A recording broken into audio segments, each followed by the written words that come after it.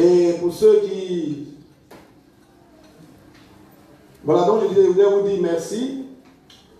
Et pour ceux qui nous prennent en marche, maintenant, je voudrais vous présenter nos excuses. Voilà. Dimanche passé, nous avions commencé un enseignement sur la louange. Et vu la situation de notre pays, nous avons fait une parenthèse, voilà, pour interpeller chacun sur le comportement qu'il doit avoir en temps de crise, comment se comporter. Et ça, c'est le dimanche dernier. Aujourd'hui, nous revenons sur notre enseignement qui est la louange. La louange. La louange. Nous n'allons pas revenir sur ce qu'on a déjà dit, mais par la grâce de Dieu, nous allons continuer. Et nous allons lire notre texte de base, qui est le psaume 150. Le psaume 150. Le psaume 150 dit ceci. Louez l'Éternel, louez Dieu dans son sanctuaire. Louez-le dans l'étendue où éclate sa puissance. Louez-le pour ses hauts faits. Louez-le selon l'immensité de sa grandeur. Louez-le au son de la trompette. Louez-le avec la lutte et la harpe. Louez-le avec le tambourin et avec des danses. Louez-le avec les instruments à cordes et le chalumeau. Louez-le avec les cymbales sonores. Louez-le avec les cymbales retentissantes. Que tout ce qui respire loue l'Éternel. Louez l'Éternel. Amen. Amen. Amen. Nous allons, chers bien-aimés, nous tenir debout et demander à notre sœur, Madame Kofi, de prier pour la parole du Seigneur.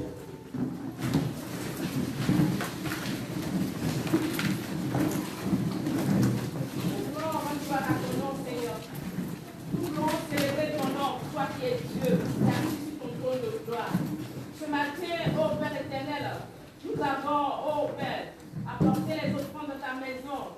Nous avons, ô Père éternel, pris ton saint repas. C'est le moment maintenant, Père éternel, d'apporter la nourriture à notre âme, à notre esprit. Et nous voulons, Père éternel, te recommander ton peuple ici présent, afin que ton esprit, Père éternel, nous dispose, pour que nous soyons véritablement connectés. Et que, Seigneur, la parole que nous allons entendre ce matin, de la bouche de ton serviteur, puisse nous faire du bien. Nous voulons, Père éternel, te recommander donc le canal que tu t'es choisi ce matin. Oh Dieu de gloire et de bonté, merci de l'utiliser puissamment. Et que les mots qu'il faut, Seigneur Père éternel, pour toucher notre cœur, viennent, Seigneur, de toi. Et cela vient de toi, sincèrement de toi. Pour que, Père éternel, chacun de nous puisse réellement être rempli de ta présence, être rempli de ton onction, être rempli de ta présence. Parce que nous voulons marcher selon ta parole. Nous voulons marcher selon ton esprit. Seigneur, merci de conduire cet instant. Au nom de Jésus, que tout ce qui est bruit du dehors, du dedans se taise et que ton esprit parle. Au nom de Jésus. Merci Seigneur parce que tu agis. Au nom de Jésus. Amen. Amen. Alléluia. La louange.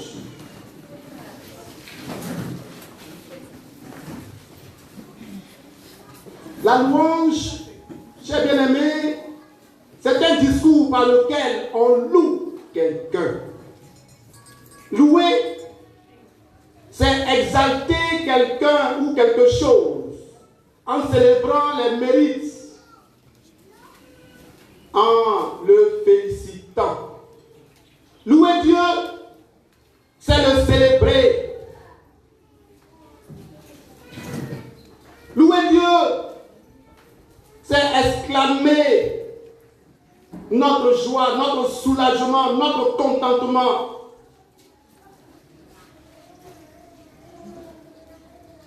La louange est avant tout la confession des grandeurs de Dieu. La confession des grandeurs de Dieu. Oh, chers bien-aimés, la louange véritable est tout d'abord affective. Elle naît d'un sentiment interne, d'une joie et d'une allégresse qui jaillissent du cœur. Pardon. Une musique de l'âme et de l'esprit. Mais partout, chers bien-aimés, la Bible présente la louange aussi comme un devoir. Faillir à ce devoir, c'est refuser de rendre à Dieu la gloire qui lui est due. C'est fermer les yeux sur les signes de sa présence. C'est oublier sa miséricorde et manquer de reconnaissance pour sa bonté. Cela est très important, chers bien-aimés. Le chrétien qui refuse de louer Dieu, est-ce qu'on peut dire que ce dernier aime vraiment Dieu?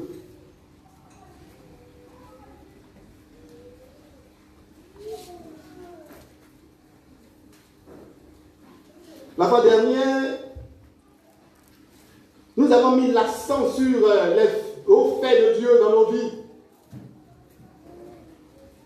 Ce qui devrait nous emmener à savoir que le Seigneur est doux. Il est bon. Et aujourd'hui, chers bien-aimés, je vais encore mettre l'accent sur un autre élément que je viens de toucher un peu. Sentiment affectif. Le sentiment affectif. La louange jaillit spontanément du cœur des croyants remplis d'amour pour Dieu.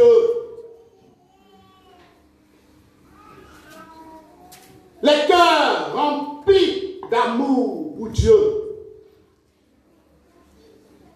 Quand un cœur n'est pas rempli d'amour pour Dieu, ce cœur ne peut pas permettre à la bouche de s'ouvrir et de dire les bontés de Dieu. Chers bien-aimés, devant les multiples témoignages de la bonté de Dieu, devant les multiples bienfaits de Dieu, si le cœur est stérile, sec et vide, sans amour, ce cœur ne pourra jamais et jamais s'exclamer. C'est pourquoi vous allez voir des gens qui viennent à l'église et qui sont tristes. Ils ne savent même pas qu'ils ont affaire à un Dieu bon. Ils sont tristes. Oh, chers bien-aimés, l'amour. Une autre fois, si Dieu nous fait la grâce, certainement on parlera de l'amour de long en large. Mais très rapidement aujourd'hui, puisque nous parlons de la louange, et la louange doit être suscitée par un cœur rempli d'amour pour Dieu, nous allons parler un peu de l'amour. L'amour, c'est un sentiment intense et agréable qui incite les êtres à s'unir. Affection profonde pour quelqu'un ou quelque chose. Un sentiment intense et agréable.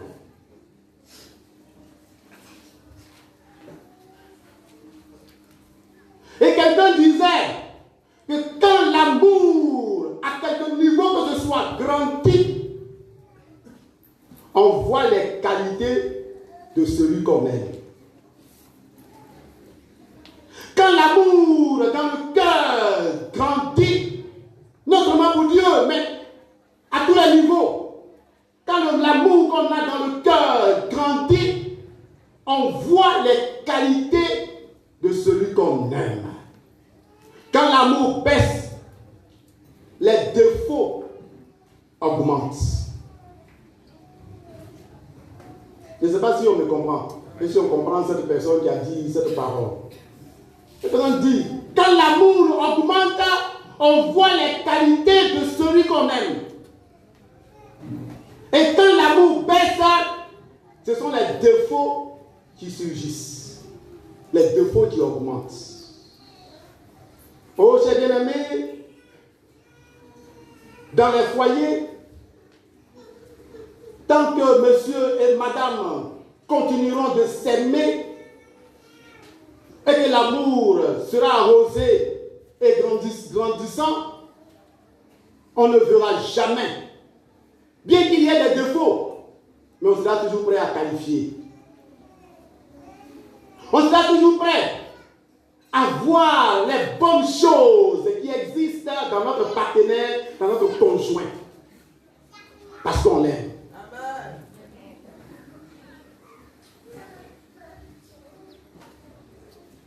Et c'est ça, j'ai bien aimé.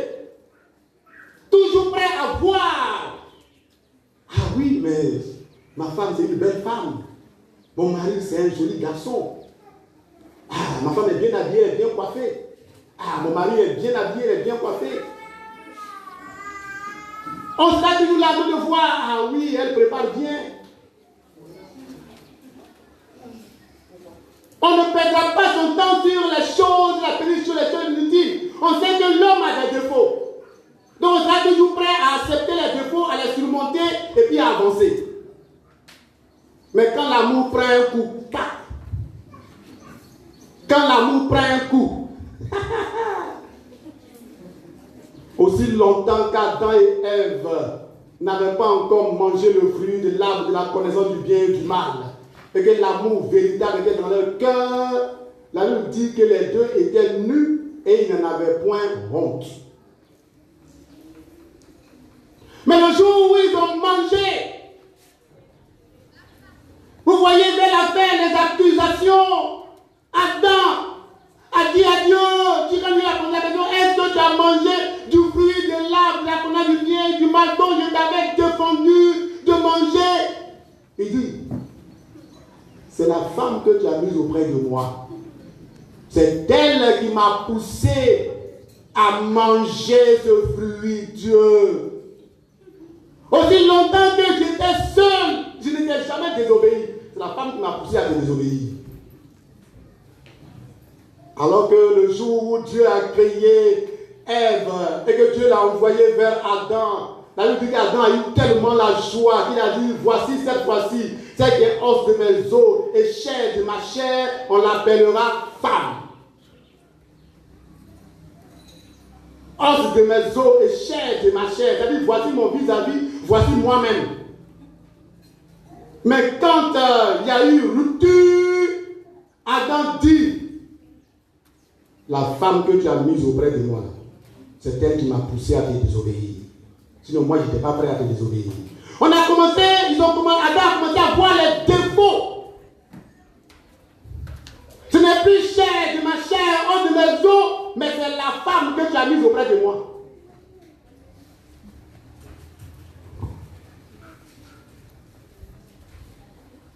Aussi longtemps que l'amour grandira, on ne perdra jamais son temps sur les défauts de notre conjoint. De notre conjointe. On ne verra jamais cela. Ça existe. Parce que c'est pour avec Dieu, je dis c'est l'homme. Quand je dis pour avec viande, je veux dire la chair. Voilà. Donc, on ne verra jamais cela. Pourtant, ça existe. Mais le jour où l'amour prend un coup, on dit, toi là, tu es comme moi-même. Tes parents t'ont éduqué comme moi-même. Je comprends pourquoi tu n'as pas réussi à l'école. Oui, il y a des gens qui disent à leur femme.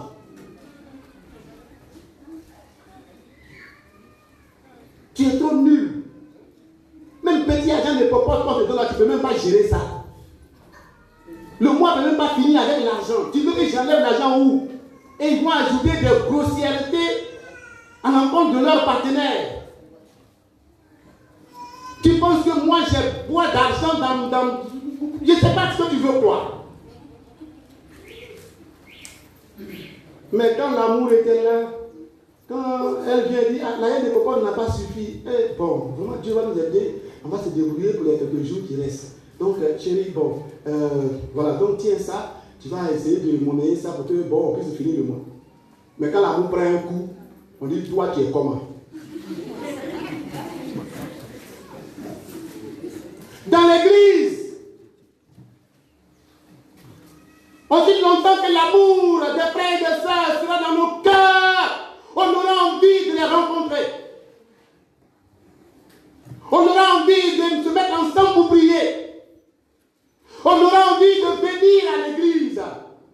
Parce qu'on veut voir notre famille qu'on n'a pas vu toute la semaine. Le dimanche matin, à cause de nos occupations, en semaine, on n'a pas pu venir, donc le dimanche matin, on court. Et quand on voit notre frère, on lui fait des accolades. On dit Adou. En Côte d'Ivoire, on dit Adou. Donc on lui fait des accolades pour lui montrer qu'on l'aime. Qu'on l'aime. Qu'on aime sa présence.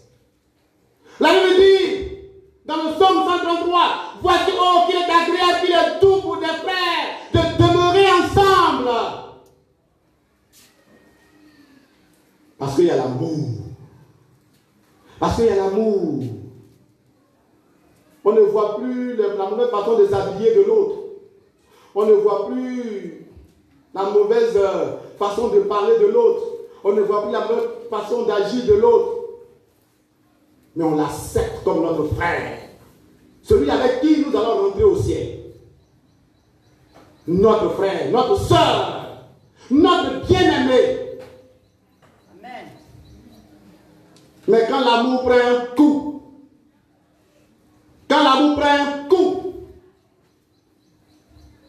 tu vois le chrétien qui vient à l'église dimanche matin, toi tu as envie de retourner. Tu te demandes, mais là où il va faire quoi là-bas? Surtout s'il a porté, des chaussures, bonjour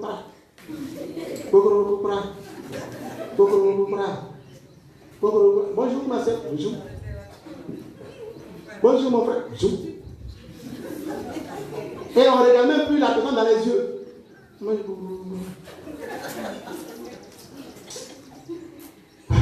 Je dis à maman, je suis trop fatigué, même si je ne partais pas à l'église, c'est un problème. Je me dis, je ne vais pas les gens, on peut me demander. On vient maintenant à l'église à cause de ce qu'on va nous poser des questions. Mais on ne vient plus à l'église parce qu'on aime Dieu. Parce qu'on aime notre frère. Parce qu'on aime se retrouver en église. C'est-à-dire, chacun vient et nous nous retrouvons pour former l'église locale. Les élus.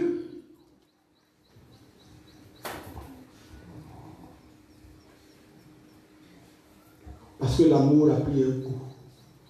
On commence maintenant à murmurer. On commence maintenant à murmurer, à calomnier, à critiquer. On commence maintenant à voir que l'autre ne s'habille pas bien. Oh, ça fait 4 dimanches, je ne sais même pas il a quelle porte. Mais depuis tout le autre temps, tu ne voyais pas ça, il fallait que tu les mets. C'est maintenant qu'on veut faire à tout, il n'a pas mis parfum. Maintenant, on commence à mépriser et à rejeter notre frère, à rejeter notre soeur. Parce que l'amour a pris un coup. Aussi longtemps qu'on aime notre pasteur dans l'église, on est prêt à écouter ses messages. Quelqu'un qui vient à l'église, quand il regarde sur le pasteur qui a approché de lui, il dit, bon, moi je prends Saint-Saint et puis je retourne à la maison. Il y a des chrétiens qui prennent Saint-Saint et puis ils retournent à la maison. Parce qu'au moins ils savent que pour la Saint-Saint, ce n'est pas à tout moment que le pasteur prêche pour la Saint-Saint. Donc, comme c'est le pasteur qui fait la Saint-Saint, et qui ne fait pas la Saint-Saint, il écoute le message de la Saint-Saint, il prend ses clips et ses claques. On dit, bon, nous allons maintenant laisser la place au pasteur d'État, Babo Jean-Claude pour le message. Même si ce n'est pas le pasteur d'État, on va mettre ton pasteur. Tu n'aimes pas écouter les messages de ton pasteur. Là où tu vas à l'église. Parce que l'amour a pris un coup. C'est tellement que tu as eu un problème, le pasteur ne t'a pas rendu visite. Il ne t'a pas appelé. Mais cherche à connaître les raisons. Va voir ton pasteur et dis-lui, mais pasteur, j'ai été choqué. Il dit, mais pourquoi dire, pasteur, la fois dernière, je m'attendais tellement à te voir. Et parce que quand je ne t'ai pas vu là, ça m'a fait quelque chose. Le pasteur va te dire, pardonne-moi. Il va t'expliquer. Et quand il va finir de t'expliquer, il va dire, ah, donc c'est à cause de ça là. Eh, pasteur, bon, d'accord. Et puis, votre amour va prendre encore de la force. Et prendre encore l'ascenseur pour aller.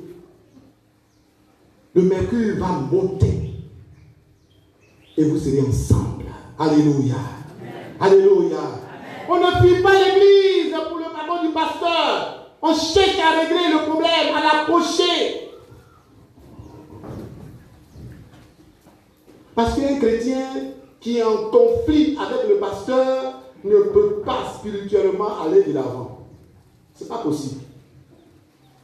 Une chrétienne qui est en conflit avec le pasteur, déjà même avec un frère dans l'église, avec une soeur dans l'église, tu es en conflit avec une soeur, avec un frère, ta vie chrétienne ne peut pas aller de l'avant. À propos de raison avec le pasteur qui dirige l'église. Donc quand tu viens à l'église, tout ce qui se fait là, ça ne fait que t'énerver parce que le pasteur est présent. Vous voyez? Non. Et ta vie ne fera que chuter. Quand on aime le pasteur, on est prêt à l'aider à réussir sa mission. On est prêt à réussir sa vision. C'est ça. Quand le pasteur dit allons-y, on dit allons. Et on le sourit, mon pasteur, ce que tu as dit là, on est d'accord. Mais et si on faisait comme ça, tu vois, pas qu'on peut atteindre le but, le pasteur dit oui, tiens, je n'avais pas vu ça comme ça, allons-y. Et puis tout le monde ensemble. On galvanise l'église et tout le monde s'en va. Mais quand, parce qu'on a été frustré, parce que bon, c'est pas sûr à quoi on s'attendait, parce que quoi, bon, je ne sais pas, on commence à le mépriser et on devient un opposant à tout ce qu'il fait. Quand il dit comme ça, on dit autre chose. Quand il fait comme ça, on est dans l'église, on dit bon. L'amour. Quand l'amour monte,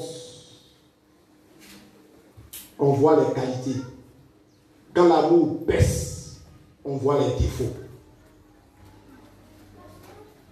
Quand on aime quelqu'un, on voit le bien. Et on est prêt à supporter cette personne. On ne s'attarde plus, chers bien-aimés, sur le mal. Mais on rentre, je dirais, dans 1 Corinthiens chapitre 13.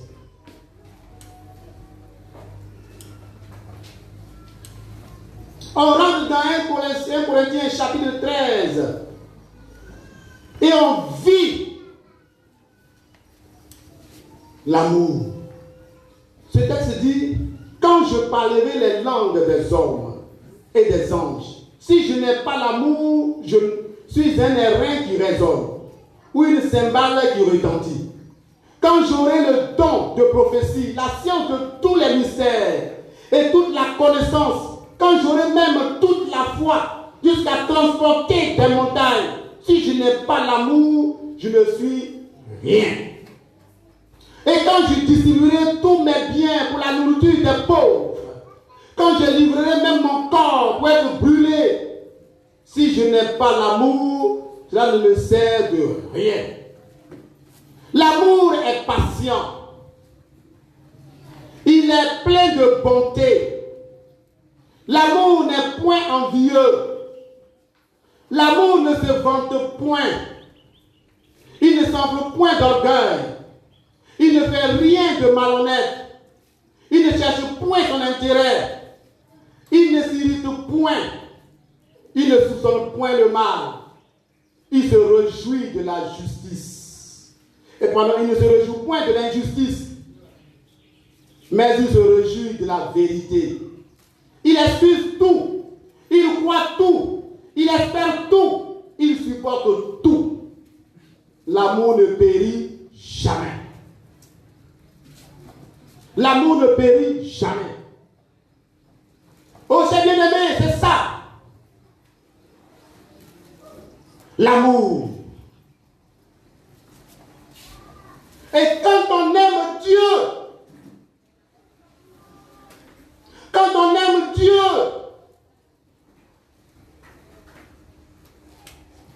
la louange jaillit spontanément du cœur des croyants qui aiment Dieu. Oui, la louange jaillit spontanément des croyants qui aiment Dieu devant les témoignages de sa bonté. Dieu est bon. Devant les témoignages de sa justice.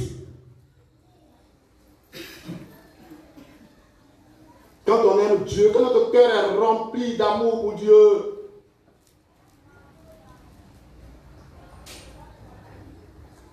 nos bouches s'ouvrent pour raconter les bienfaits de Dieu, pour raconter sa gloire, sa force, sa sainteté, son secours, son salut.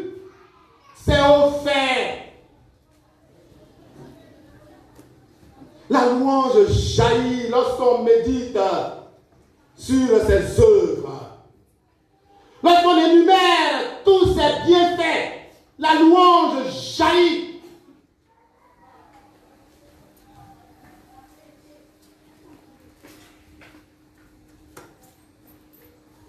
Et surtout lorsqu'on se rappelle du sacrifice ineffable de Jésus-Christ à la croix, on ne peut pas rester là en train de dormir quand on vient à l'église.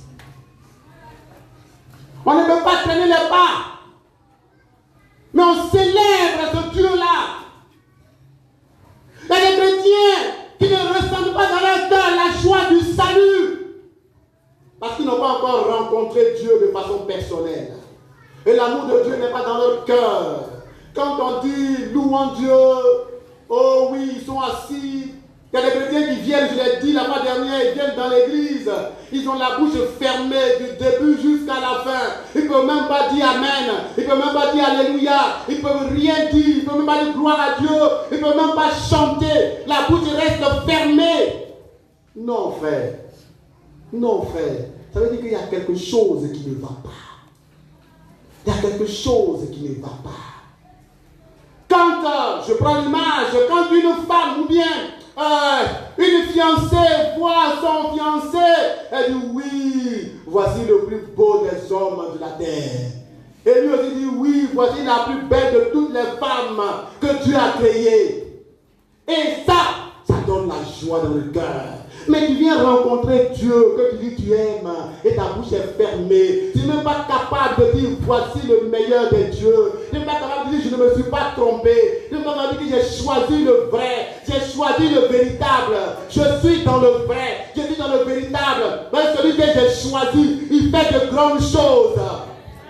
Tu n'es pas capable de reconnaître pour dire je t'ai perdu. Et celui-là, à cause de la mort de Jésus-Christ à la croix, aujourd'hui je suis retrouvé. Aujourd'hui je suis enfant de Dieu.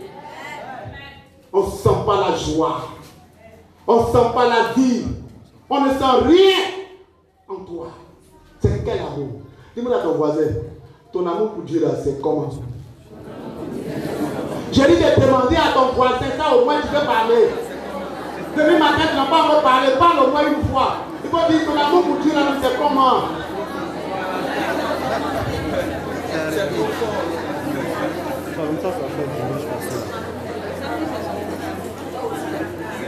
Oh, j'ai bien aimé. Même dans les difficultés,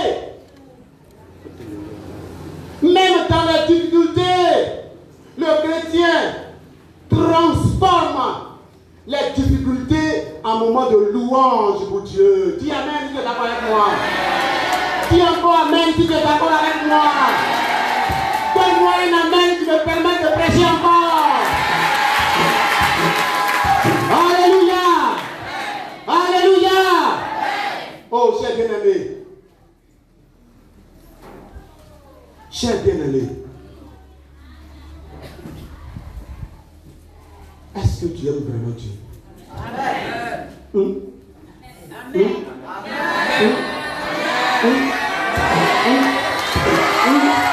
Alléluia.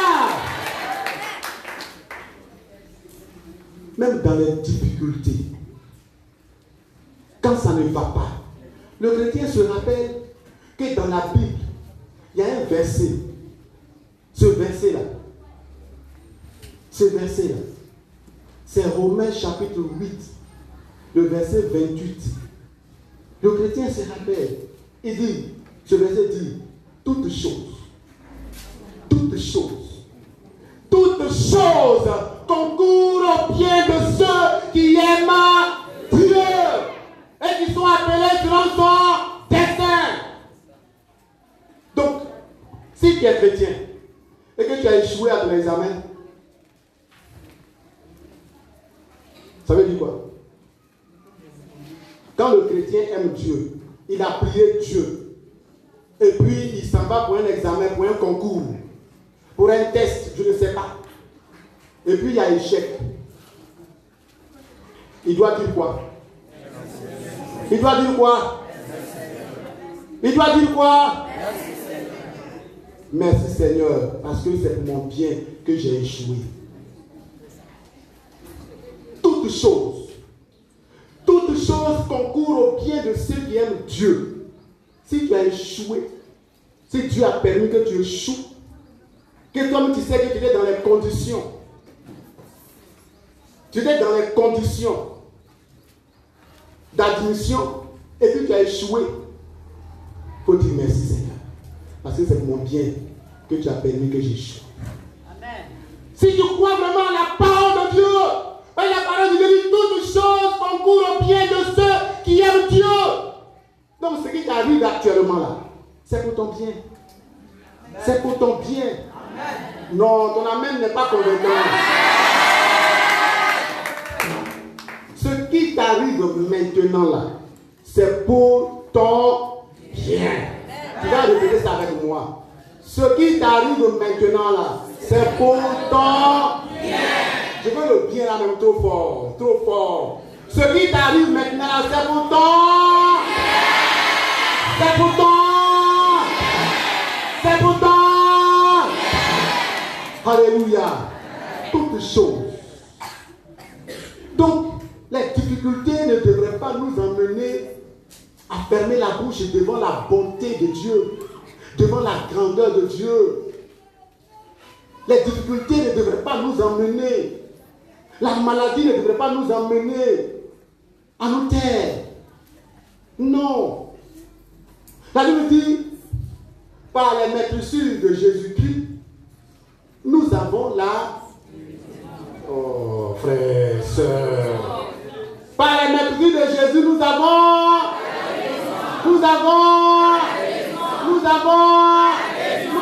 la guérison. La Bible n'a pas dit vous aurez la guérison. Je ne sais pas si on se comprend. La Bible n'a pas dit par les maîtres de Jésus vous aurez la guérison. Mais la Bible dit dès l'instant que Jésus est mort à la croix, que son corps a été meurtri, là, tu as la guérison. Donc on se promène avec la guérison. On marche avec la guérison. On se couche avec la guérison. On se réveille avec la guérison. On va au travail avec la guérison. On passe partout avec la guérison. Maintenant, si la maladie arrive, c'est que c'est pour ton bien. Amen. Puisque la guérison est là, tu l'as. Tu es avec la guérison. Et puis, la maladie arrive. Dieu permet que la maladie arrive. C'est que c'est pour ton bien. C'est que c'est pour ton bien. Votre amen n'est pas fort. Donc frère, si tu es malade, il faut louer Dieu. Tu es malade, il faut louer Dieu. Il faut dire Seigneur, donne-nous de ce que tu as permis cette maladie dans mon corps. C'est pour mon bien. C'est pour découvrir ta bonté et ta fidélité encore. C'est pour rendre encore témoignage.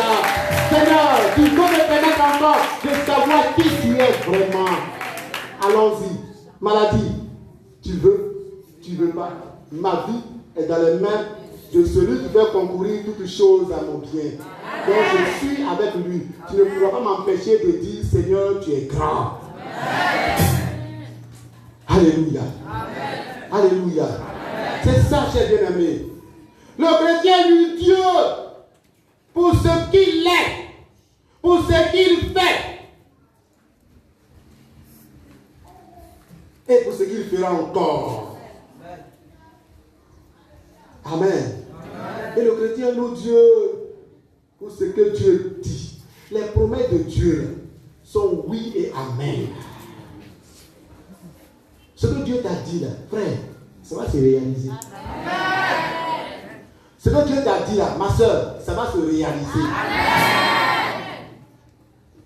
Continue de louer Dieu et de dire merci à ce grand Dieu qui est assis sur le trône et qui règne. Oh, j'ai bien aimé la Bible. Tout ce que j'ai dit à les versets, mais à cause du temps pour qu'on puisse avancer, donc on s'en va. La Bible nous encourage à louer Dieu. Et c'est nous qui devrons louer Dieu. Ceux qui doivent louer Dieu, c'est tous les hommes.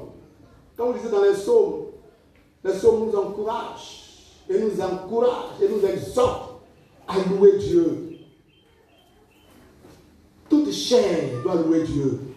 Tout ce qui respire, ça est dit dans notre texte que nous avons lu, tout ce qui respire, les justes, les saints, ceux qui craignent l'Éternel, tous les anges de l'Éternel, toute la nature, toutes ces choses-là louent Dieu, chers bien-aimés. Et devraient louer Dieu. La nature et les autres choses reconnaissent. Mais la personne qui devrait encore plus reconnaître et louer Dieu, c'est ceux qui sont sauvés par le sang de Jésus-Christ. Alléluia. Amen. Oui, ceux qui sont sauvés par le sang de Jésus. Parce que la Bible a dit, mais à tous ceux qui l'ont reçu, à ceux qui croient en son nom, elle a donné le pouvoir. C'est-à-dire la parole de Dieu a donné le pouvoir de devenir enfant de Dieu. La parole de Dieu qui est Jésus. Oui, cette parole qui a été faite chair. Elle donne le pouvoir de devenir enfant de Dieu. Donc tu n'étais pas enfant de Dieu. Hein? Il faut dire à ton voisin, toi là, tu n'étais pas enfant de Dieu. Et il faut parler à ton voisin, il faut lui dire, toi là, tu n'étais pas enfant de Dieu. Voilà. C'est vrai qu'il est un peu loin de toi, tu ne vas pas le toucher, mais tu peux lui parler. Tu dis, toi là, tu n'étais pas enfant de Dieu. C'est à cause de la mort et de la résurrection de Jésus que tu es devenu enfant de Dieu. Il faut lui dire ça. On dit c'est à cause de Jésus qui est devenu enfant de Dieu. Alléluia. C'est à cause de Jésus que tu es devenu enfant de Dieu. Amen. Et si maintenant tu es devenu enfant de Dieu, tu n'es plus n'importe qui. Tu es désormais une princesse. Il y a des princesses ici.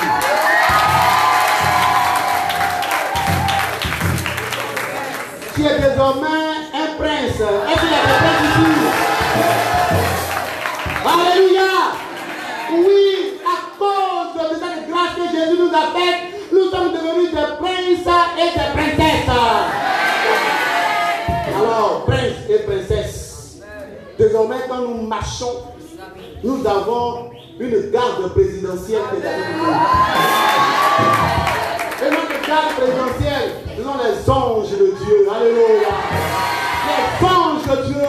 Parce que nous, notre combat, c'est un combat spirituel. Et nous sommes convaincus que ce qui est remporté comme victoire dans le spirituel devient physique. Amen. Ça se rejaillit sur le physique. Amen. Donc, si dans le spirituel, nous sommes délivrés, sauvés, enfants de Dieu, dans le physique, nous le sommes réellement. Alléluia. Alléluia. Alléluia. Oh, chers bien-aimés, nous devons avoir cette assurance. Et cela doit nous pousser à chanter avec notre bouche. À chanter les louanges de Dieu. Dans l'assemblée de Dieu. Dans la maison de Dieu. Dans la présence de Dieu.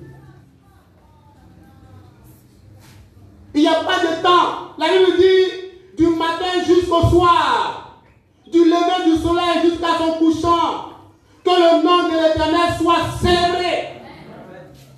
C'est ce que la Bible nous dit. Que ma bouche soit remplie de tes louanges, que chaque jour elle te glorifie. Tant que nous vivons, nous devons célébrer le Seigneur. Parce que la Bible dit, tant que je vivrai, je louerai l'Éternel, tant que je vivrai. Oh, cher bien-aimé, frère, il ne faut pas fermer la bouche. Il ne faut pas le faire. Tu es en train de te détruire, de te mettre en retard. Manifeste ton amour pour Dieu. Vous savez, dans l'Ancien Testament, il y avait deux choses qui meublaient les cultes. Il y avait la louange et les offrandes. C'est les éléments importants. On ne peut pas venir dans la présence de Dieu sans louange et sacrifice. Non. Donc quelqu'un ne peut pas dire je viens devant Dieu.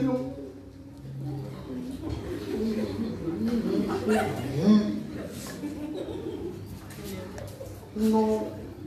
Mais c'est ce que tu fais aujourd'hui. Le chrétien se lève, on dit levez-vous pour venir faire les offrandes. Le chrétien est fâché parce qu'on a dit offrande. Donc quand il vient faire son offrande, il cherche. C'est quand il a dit encore, d'accord. C'est quand on fait comme ça. Bon, la musique passe, le groupe musical fait son effort. Le groupe musical, oh madame Kwame, son équipe, il faut tout.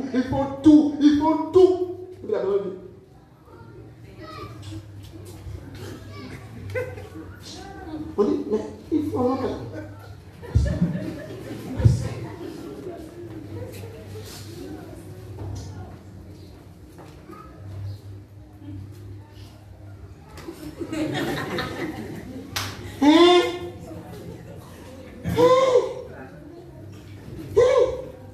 Quand on vient faire l'offrande, on doit louer Dieu et venir faire l'offrande. Donc on danse. Et puis on vient maintenant. C'est ça.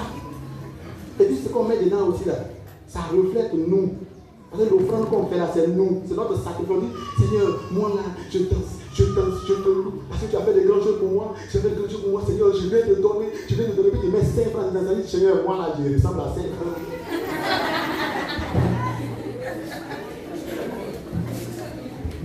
Seigneur, moi là, je suis 10 francs. Seigneur, moi là, je suis 25. Hein? Tu es 25. Non. Tu es 25. Tu es 25. Tu n'es même pas 100 francs, tu es 25. Tu n'es même pas 500, tu es 25. Non, tu es bien aimé. Dieu attend notre reconnaissance. Dieu attend notre louange. Dieu attend qu'on ouvre la bouche pour dire, Seigneur, il n'y a pas ton pareil, je t'aime. Je t'aime. 2 fois, je t'aime. 3 fois, je t'aime. 4 fois, je t'aime. 5 fois, je t'aime. 6 fois, je t'aime. Ça fait la perfection, 7 fois. Je t'aime, Seigneur. Je t'aime, Seigneur. Je t'aime, Seigneur. Il faut que quelqu'un. Seigneur, je t'aime. Je t'aime. Je t'aime.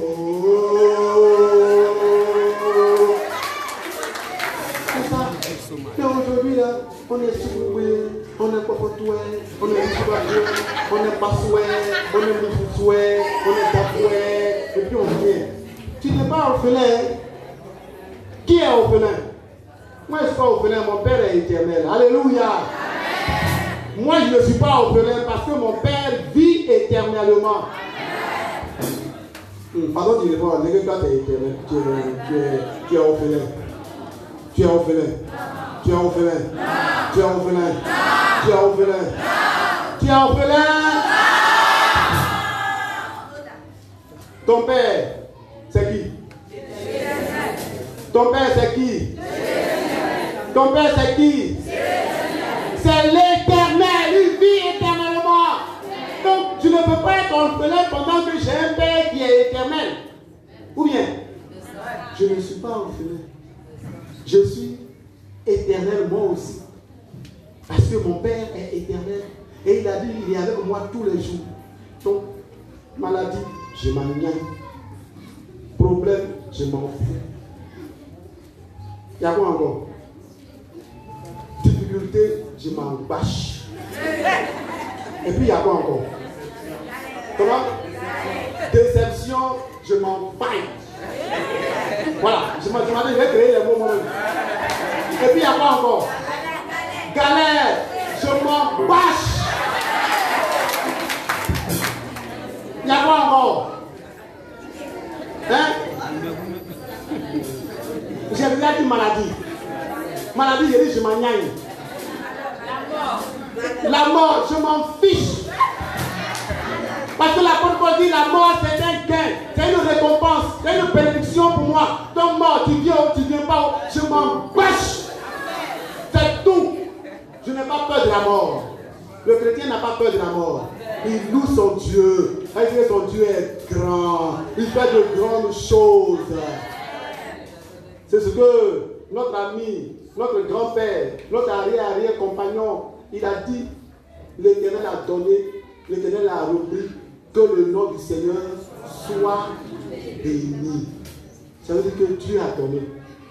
Au moment où il voulait que je sois, j'ai ça. Il a repris au moment où il voulait que je n'ai pas ça. Donc, je fais quoi? Je veux pas. Je ne vais rien changer dans ça. Donc, ce que je peux faire, c'est dire, Seigneur, merci.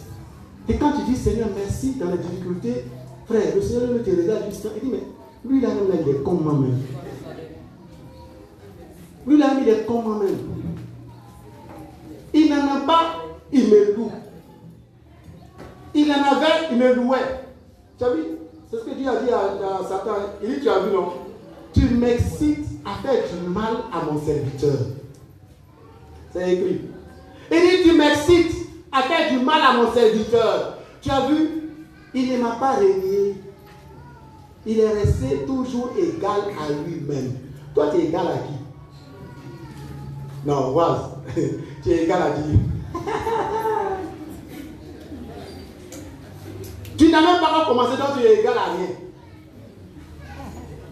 Il faut être égal à toi-même. Pour celui qui a accepté le Seigneur. De toute façon, tu as accepté le Seigneur, et puis tu as ressenti la joie, et puis tu as dit, moi là. Rien ne peut m'empêcher. Il faut continuer comme ça. Et loue le Seigneur. Dans les bons et dans les mauvais moments, loue le Seigneur. L'Éternel a donné, l'Éternel a repris, que le nom du Seigneur soit béni. C'est pas ça qui va te mettre à genoux. Parce que ton Dieu n'a pas changé. Il est toujours le Dieu grand. Il est toujours le Dieu juste. Il est toujours le Dieu bon. Il est toujours le Dieu miséricordieux. Il est toujours le Dieu parfait. Il est toujours le Dieu d'amour. Il est toujours le Dieu du salut. Il n'a pas changé. Et il ne changera jamais. Amen. Est-ce que ce matin, il y a des gens qui sont vivants ici? Amen. Est-ce que ce matin, il y a des gens qui sont vivants ici? Amen. Ça, c'est la première question. Est-ce que ce matin, il y a des gens qui ont une bouche ici? Amen.